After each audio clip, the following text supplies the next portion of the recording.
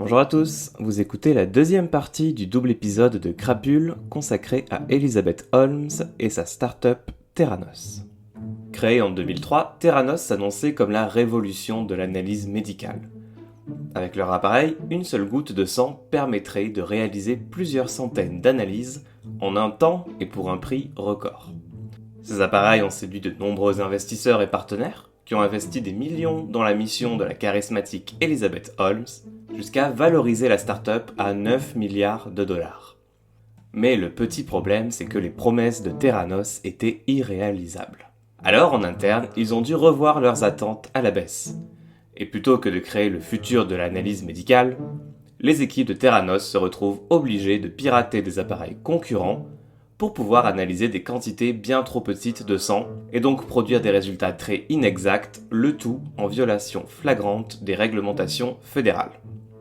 Mais c'est trop tard pour faire marche arrière. La machine est en marche et la soi-disante technologie de Theranos va vite se retrouver dans 40 enseignes de la chaîne de pharmacie Walgreens. Alors que le partenariat avec Walgreens s'apprête à être annoncé au grand public, Elizabeth se dit qu'il est temps de travailler sur l'image de marque de Theranos. Elle engage l'ancienne agence d'Apple, Chat Day, l'agence qui était à l'origine du spot iconique de 1984 et du slogan Think Different. Ils ont pour mission de rendre le lancement commercial de Theranos aussi percutant que possible. L'agence va alors décider que la meilleure représentation visuelle de Theranos était le Nanotainer, ce flacon miniature conçu pour recueillir le sang au bout du doigt, plus petit qu'une pièce de 10 centimes. Ils misent alors sur le slogan « One tiny drop changes everything ». Il suffit d'une goutte pour tout changer. Are you one of these people that love blood tests? No, it grosses me out. I have a very bad relationship with needles. I was wondering if you would take a blood test for us, which is 1 drop of blood. 1 drop? Bring it on. All set. That's it? How are you feeling? Feeling good. The same little thing can do exactly what the other vials did? Yeah. That's like life-changing. Et en échange, l'agence leur charge 6 millions de dollars par an. C'était d'ailleurs rare qu'une start-up obscure comme Theranos l'était à l'époque fasse appel à une agence de leur calibre. Mais peu importe, l'agence les aide à la création du site, sur lesquels d'ailleurs Elizabeth insiste pour afficher des énoncés plutôt audacieux, comme par exemple la possibilité de réaliser plus de 800 analyses à l'aide d'une seule goutte de sang.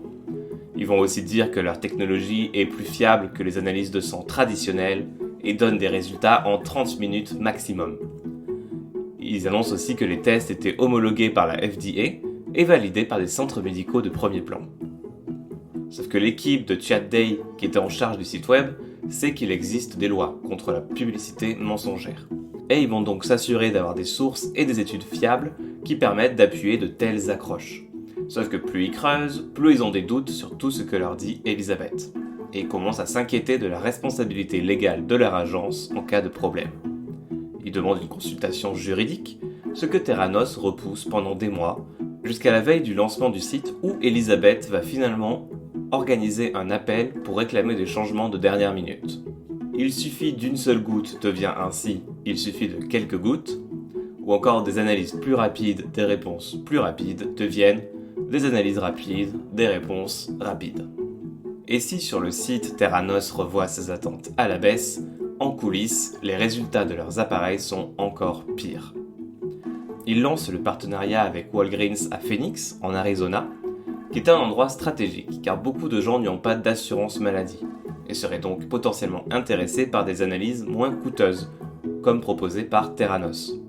Les échantillons prélevés dans les magasins de Phoenix étaient envoyés par FedEx à Palo Alto pour y être ensuite analysés. Sauf que dans les glacières qui transportaient les échantillons, les nanotainers se réchauffaient dès qu'elles étaient un petit peu exposées au soleil, ce qui faisait coaguler le sang dans les petits tubes. Et parmi les différents problèmes, l'analyse de potassium en était un récurrent. Les résultats étaient toujours trop élevés. Theranos a donc mis en place une règle en interne précisant qu'aucun résultat de potassium au-delà d'un certain seuil ne pouvait être communiqué à un patient. Un autre problème, c'est que, aux États-Unis, tous les laboratoires cliniques doivent se soumettre 3 fois par an à des essais d'aptitude.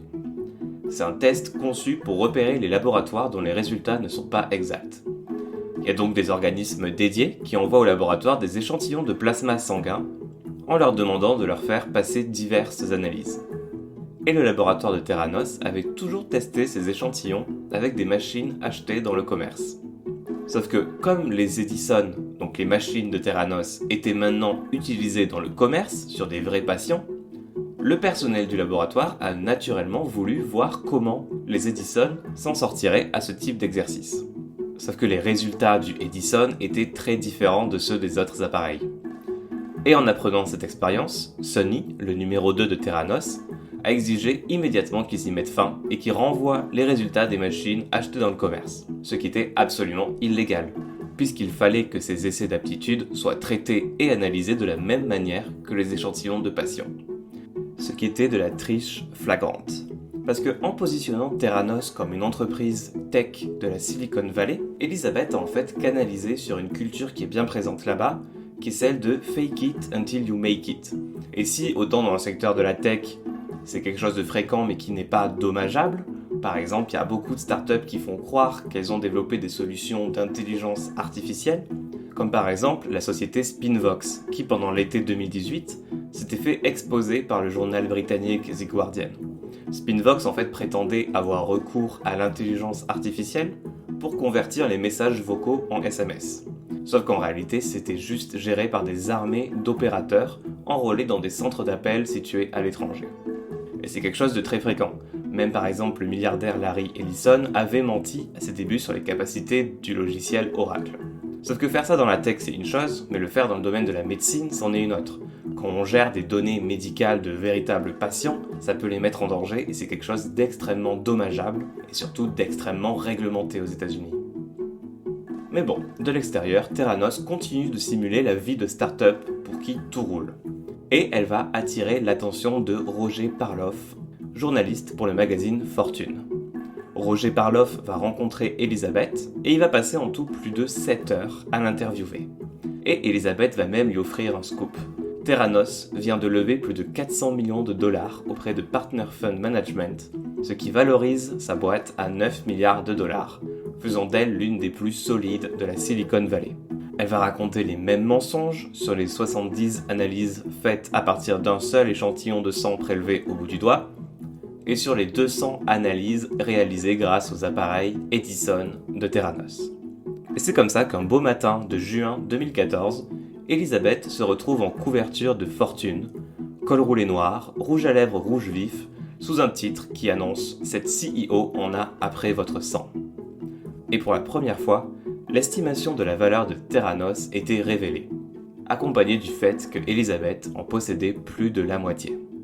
L'article incluait également un passage sur la phobie des aiguilles d'Elizabeth, un détail qui sera repris en masse dans tous les reportages qui ont suivi, et qui deviendra central dans la construction du mythe Elizabeth Holmes. Alors Forbes écrit un article sur l'entreprise dans la foulée, sur la plus jeune self-made woman à devenir milliardaire. Elle va faire la couverture du numéro annuel du magazine Forbes 400 sur les personnes les plus riches d'Amérique.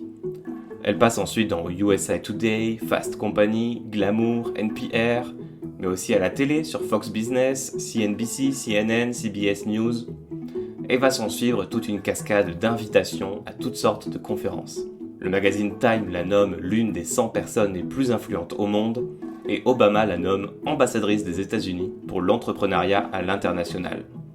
Elle va également rejoindre le conseil d'administration de la Harvard Medical School. A healthcare pioneer is being compared to visionaries like Bill Gates and Steve Jobs. This morning, Elizabeth Holmes is part of the new Time 100 list just out. Her mission is to allow blood testing in every drugstore at a fraction of Medicare costs. Her innovation has fueled anticipation in the healthcare industry and made Holmes the world's youngest female self-made billionaire. Bref, tous les projecteurs sont rivés sur Elizabeth Holmes.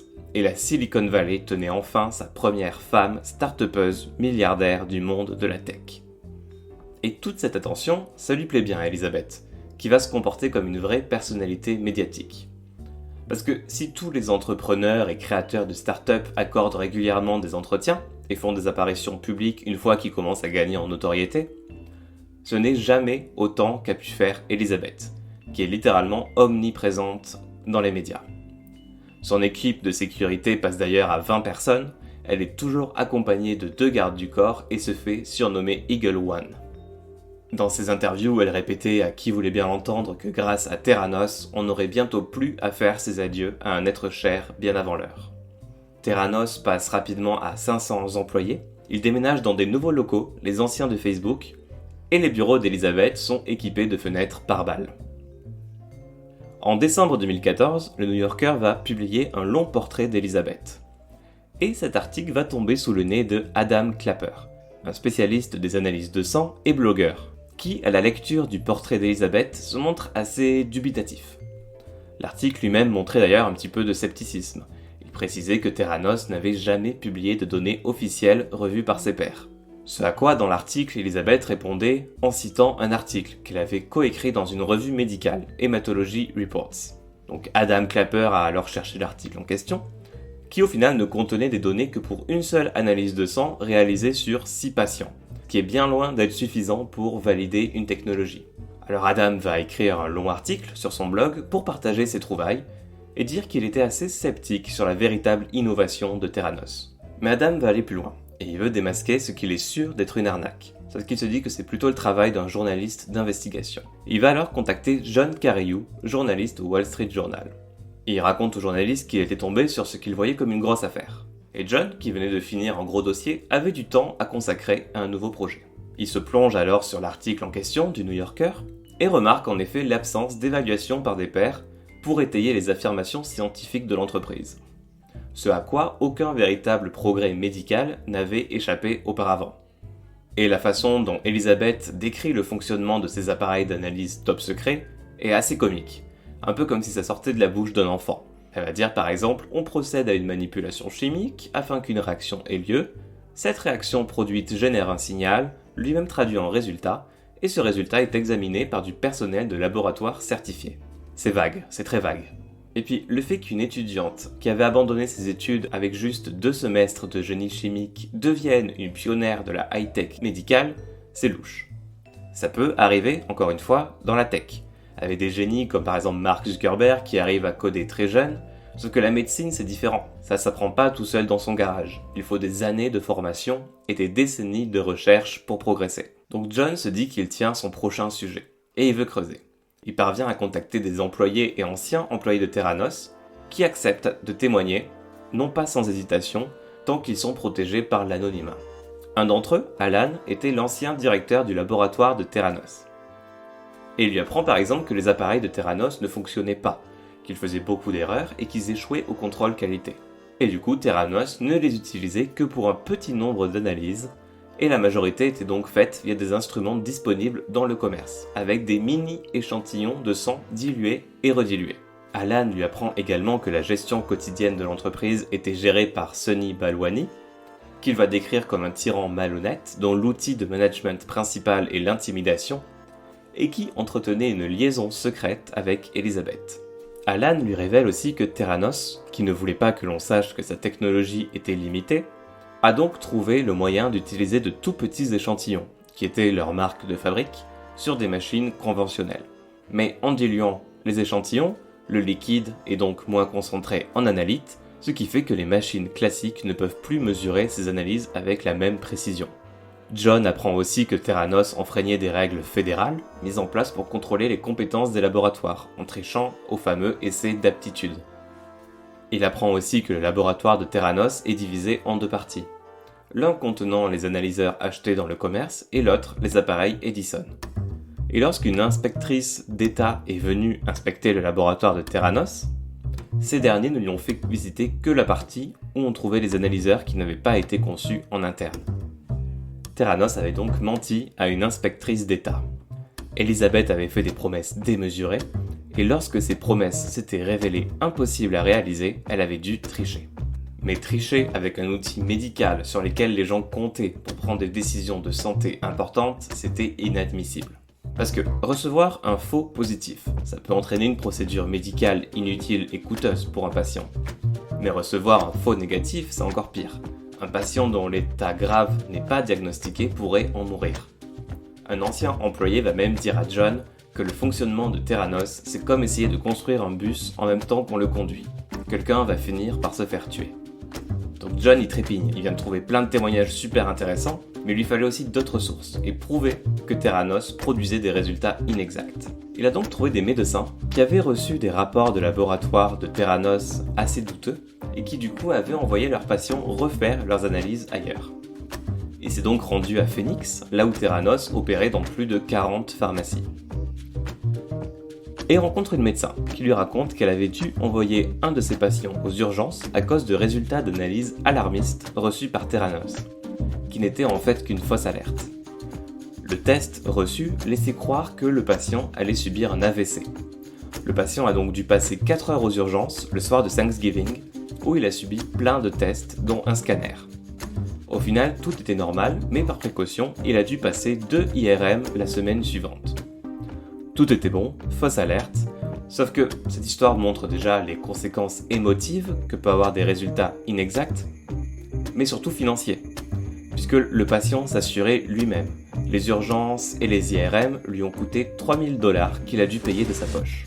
Tout ça pour rien. John a pu recueillir d'autres témoignages de médecins qui avaient rencontré des situations similaires. Par exemple, une médecin lui dit que si elle avait fait confiance aux résultats de Theranos, elle aurait dû augmenter la dose médicamenteuse d'une de ses patientes, qui était enceinte. Cette augmentation aurait rendu son taux d'hormones thyroïdiennes trop élevé, ce qui aurait mis sa grossesse en grand danger. John a ensuite voulu faire l'expérience lui-même, et il s'est rendu chez Walgreens pour faire un test. Et il a d'abord été surpris quand on lui a fait un prélèvement dans la veine du bras, et non au bout du doigt, comme annoncé dans les publicités, et dans toute la communication de Theranos. On lui dit que c'est parce que certaines analyses de son ordonnance nécessitaient un prélèvement veineux.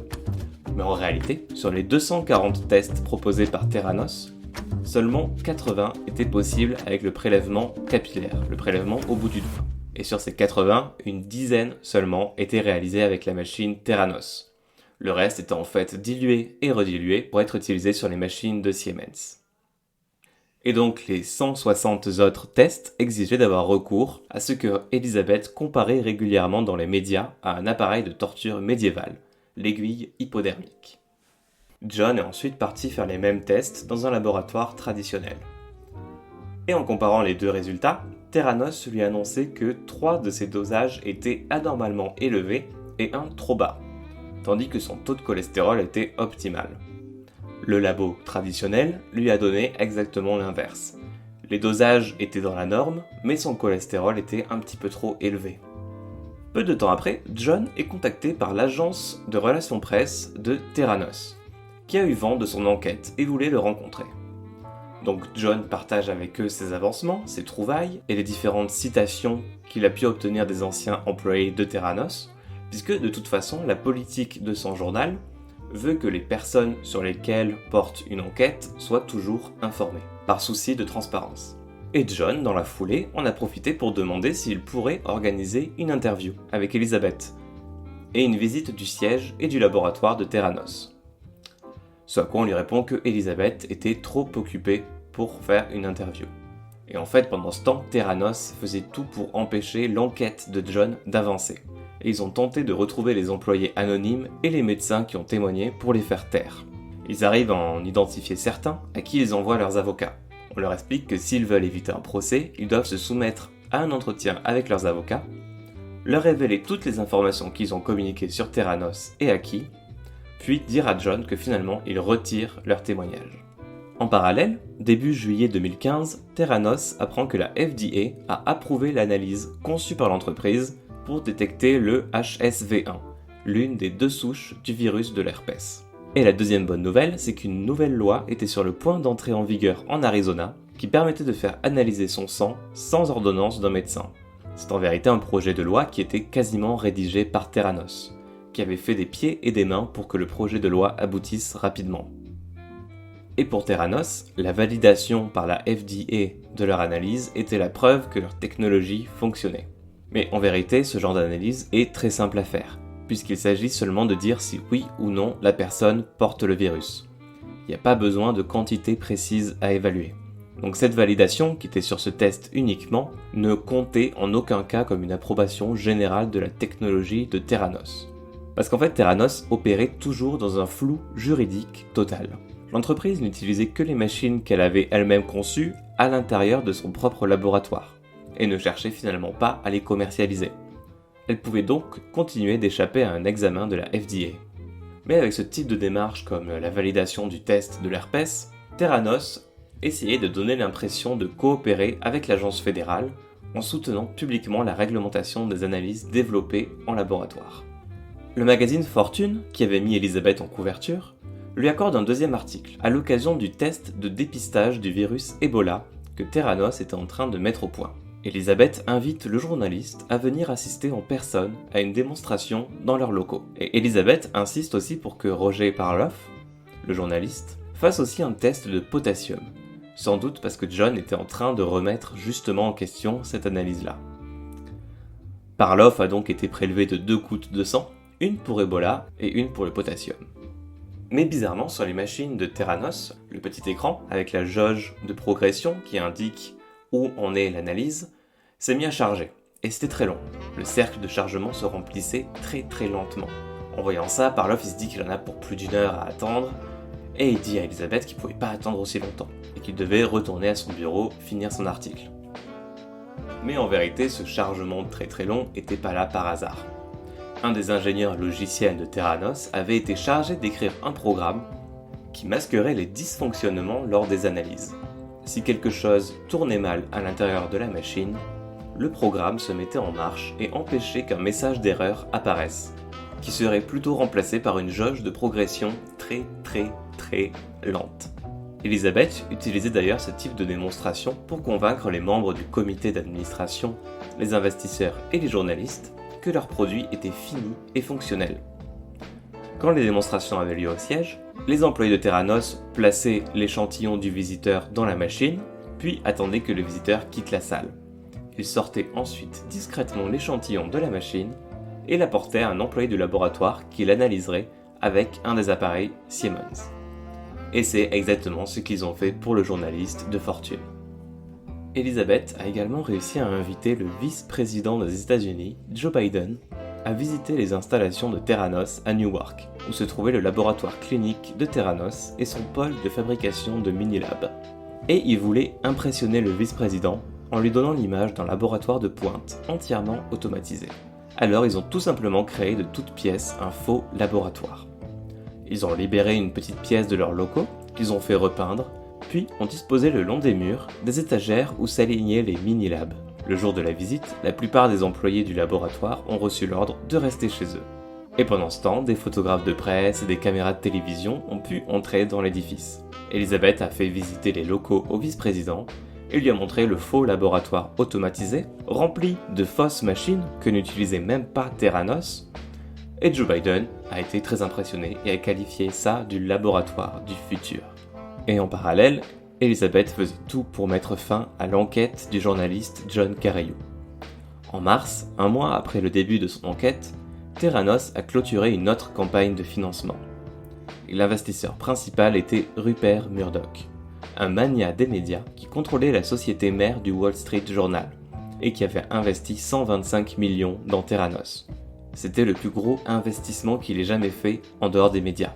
Il a été séduit par le charisme d'Elizabeth et surtout par ses projections financières, puisqu'il prévoyait des bénéfices à 330 millions de dollars sur 1 milliard de chiffre d'affaires en 2015.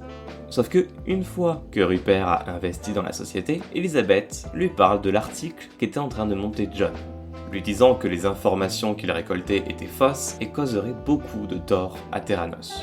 Murdoch lui dit qu'il fait confiance au rédacteur du journal pour rester équitable. Il lui reparle plusieurs fois de l'enquête en espérant la faire censurer, ce que Rupert Murdoch va heureusement refuser à chaque fois, jusqu'à ce que finalement l'article soit publié à la une du Wall Street Journal le jeudi 15 octobre 2015. Le titre est assez sobre, les mésaventures d'une start-up très prisée, sauf que le contenu de l'article était dévastateur. On y apprend tout, sur les machines utilisées par Theranos, sur leurs magouilles, sur les essais d'aptitude et le danger médical auquel l'entreprise expose ses patients. L'histoire va déclencher un vrai raz-de-marée. John se fait interviewer à la radio, son histoire est relayée dans de nombreux médias, incluant Fortune, Forbes et New Yorker, 3 médias qui avaient participé à la popularité de Theranos. L'entreprise va vite réagir en publiant un communiqué de presse sur leur site où ils stipulent que l'article est scientifiquement et factuellement erroné et qu'il reposait sur des affirmations sans fondement proférées par d'anciens employés inexpérimentés et mécontents. Sauf que l'article de John va aussi attirer l'attention de la FDA, qui va effectuer une inspection surprise des locaux de Theranos et va déclarer le nanotainer comme dispositif médical non homologué et interdit à l'entreprise de continuer à l'utiliser. Alors dans ces apparitions médiatiques qui suivent, Elizabeth se défend en disant « Voilà ce qui arrive quand on essaye de changer les choses.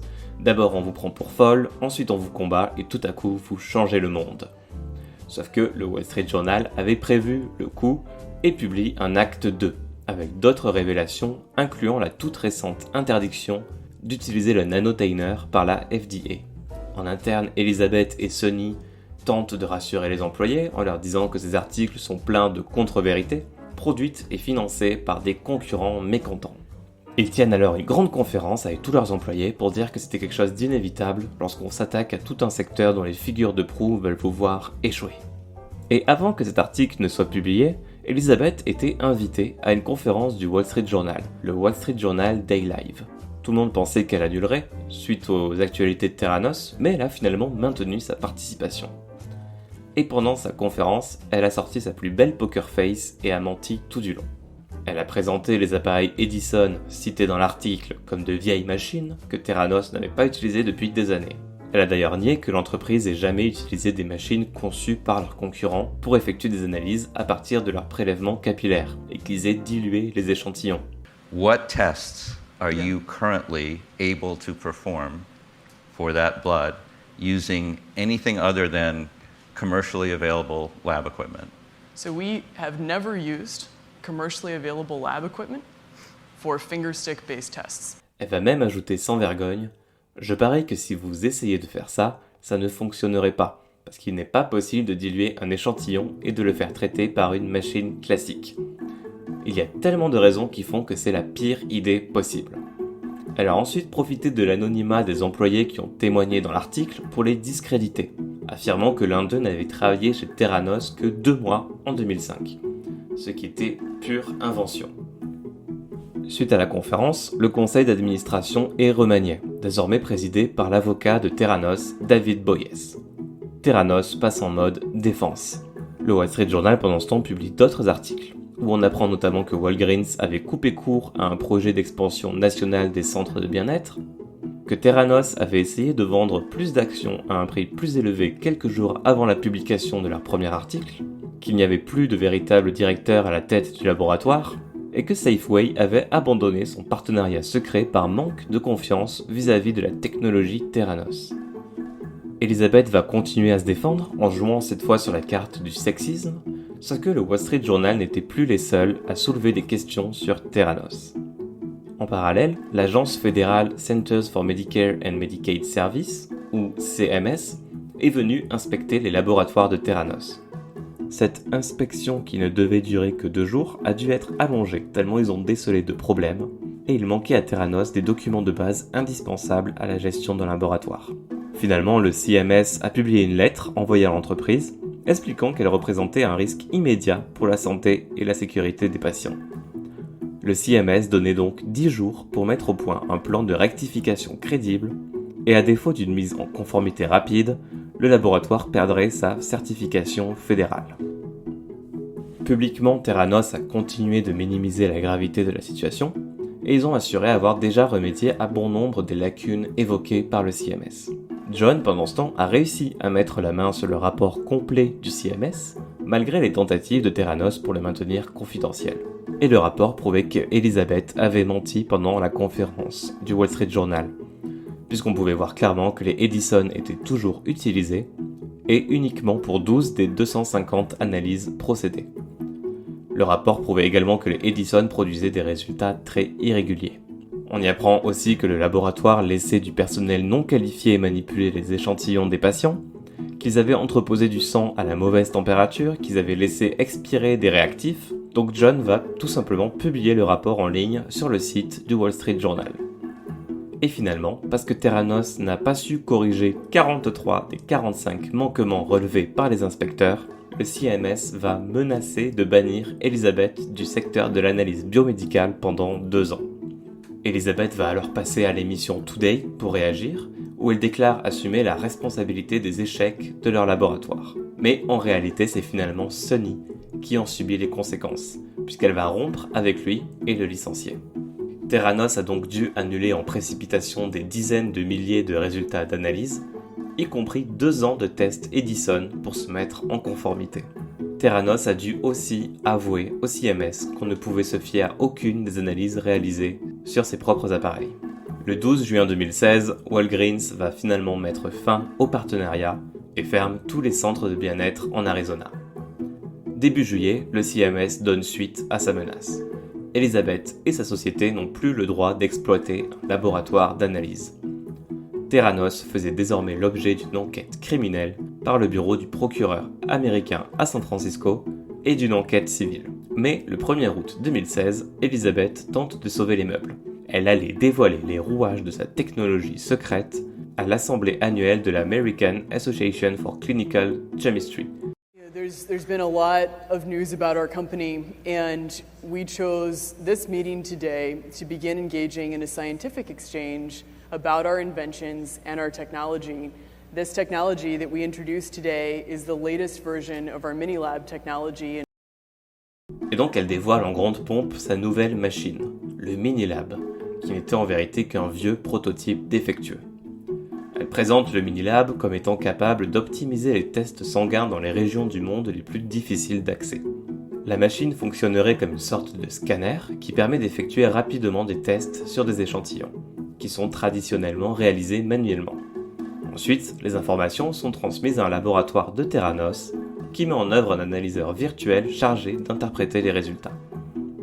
Et tandis que le CMS venait d'interdire à Elizabeth de diriger des laboratoires cliniques, son appareil se connectait sans fil au serveur du siège social de Theranos et pouvait donc être déployé directement chez les patients ou dans des cabinets médicaux, éliminant le besoin d'un laboratoire central. Sauf que cette tentative de se renouveler ne marche pas du tout. La réputation de Theranos est trop endommagée. Le magazine Wired va par exemple résumer la conférence dans un article titré « Theranos aurait pu laver sa réputation, mais la société a préféré pivoter ». Pivoter, c'est un mot assez commun dans l'univers des startups. Ça désigne le fait qu'une startup change son business model ou son offre de produits ou services. Par exemple, le site d'avis en ligne Yelp avait au départ débuté en 2004 comme un système automatisé permettant de demander des recommandations directes à des amis. Une idée qui n'avait pas marché auprès du public. Pourtant, les fondateurs ont remarqué quelque chose d'intéressant. Les utilisateurs écrivaient des commentaires sur les entreprises locales juste pour le plaisir. Ils ont donc décidé de pivoter en se concentrant sur cette fonctionnalité-là uniquement, la publication d'avis sur les commerces locaux.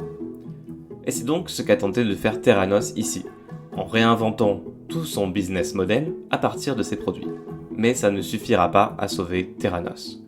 Partner Fund, le fonds d'investissement de San Francisco qui avait investi 100 millions en 2014, poursuit Elizabeth en justice, alléguant que Elizabeth et Sony les ont trompés avec une série de mensonges, d'inexactitudes matérielles et d'omissions. D'autres groupes d'investisseurs vont suivre. Walgreens, qui avait investi 140 millions chez Theranos, a aussi intenté sa propre action en justice. Elizabeth a dû fermer tous ses laboratoires, Theranos a dû verser 4,6 millions à un fonds d'État de l'Arizona pour rembourser les 76 000 habitants qui avaient fait analyser leur sang par l'entreprise. Et 10 de ces patients ont intenté des poursuites judiciaires pour fraude visant le consommateur et pour erreur médicale. En 2017, Theranos avait dépensé presque tous les 900 millions recueillis auprès des investisseurs, et en grande partie pour des frais juridiques. L'entreprise fonctionnait alors au ralenti. Après plusieurs vagues de licenciements, l'effectif était réduit à 130 employés, contre 800 en 2015. Puis, en mars 2018, la Securities and Exchange Commission accuse Theranos, Elizabeth et Sony d'avoir mené une fraude élaborée sur plusieurs années. Pour se sortir de cette action civile, Elizabeth devait renoncer à son droit de vote sur l'entreprise. Elle devait aussi rendre une partie de ses actions et payer une amende de 500 000 $. Elle a dû aussi accepter qu'on lui interdise d'être dirigeante d'une société ouverte au public pendant 10 ans. En juin de la même année, Elizabeth et Sonny sont inculpés pour 11 fraudes électroniques, dont 2 en bande organisée. Et s'ils sont reconnus coupables, ils risquent jusqu'à 20 ans de prison. Pour l'instant, ils ont plaidé non coupables. Et finalement, en septembre, Theranos n'a plus un sou. L'entreprise est dissoute et disparaît. En tout, les personnes qui ont investi dans Theranos ont perdu près d'1 milliard de dollars. Quand j'ai écrit ce podcast, le procès de Elizabeth et Sonny était au départ fixé à août 2020, puis a été décalé à octobre 2020, et ils seraient en train d'essayer de le décaler encore pour 2021. Et donc, l'histoire de Theranos est intéressante, parce qu'il ne s'agit pas ici d'une arnaque préméditée sur le long terme, mais plutôt l'histoire d'une femme pleine d'ambition, extrêmement positive, extrêmement bénéfique, et qui a dû commencer par un petit mensonge pour se donner les moyens de réaliser ses ambitions. Sauf que ce mensonge a été suivi par un autre mensonge, puis un autre, jusqu'à ce qu'au final les ambitions de départ soient mises de côté, et que seul le mensonge et le secret comptent. Si l'entreprise de Theranos a bel et bien disparu aujourd'hui, et elle n'est pas prête de revenir, elle aura tout de même laissé un impact durable sur la Silicon Valley et la biomédecine. Des dizaines d'entreprises travaillent sur des projets similaires aux promesses de Theranos. Un petit peu moins ambitieux, mais qui impliquent de repenser le test de diagnostic sanguin. Sauf que la fraude de Theranos rend beaucoup plus difficile la collecte de fonds auprès des investisseurs pour des projets légitimes. Le docteur Paul Yeager va par exemple témoigner en disant que depuis 4 ans, quiconque parle de diagnostic en point de vente devant des investisseurs est obligé de préciser « et nous ne sommes pas comme Theranos ». Cette histoire aura aussi affecté le milieu de l'investissement à la papa, où les investisseurs se fiaient davantage à un ou une entrepreneur, à son charisme et son profil, et investissaient en suivant leur instinct. Aujourd'hui, la majorité des fonds d'investissement font des analyses poussées de l'entreprise, de ses analyses financières, de leurs produits, de leur réputation. Le journaliste John Carreyrou a depuis écrit un livre sur cette affaire, Bad Blood, qui est disponible en français. HBO a également produit un documentaire, intitulé The Inventor Out for Blood in Silicon Valley. Et le livre et ce documentaire m'ont d'ailleurs servi de principale source pour cet épisode. L'histoire de Theranos sera aussi adaptée en film, réalisé par Adam McKay, réalisateur de The Big Short et Vice, et Elizabeth sera interprétée par Jennifer Lawrence. Autant vous dire que j'ai extrêmement hâte de voir ce film. Voilà qui marque la fin de ce double épisode sur Elizabeth Holmes et Theranos. J'espère que ce format un petit peu plus long, un petit peu plus creusé vous aura plu. Quant à moi, ça marque le début de mes vacances et je vous retrouve donc à la rentrée pour de prochains épisodes. D'ici là, je vous souhaite un agréable mois d'août et je vous dis à très bientôt.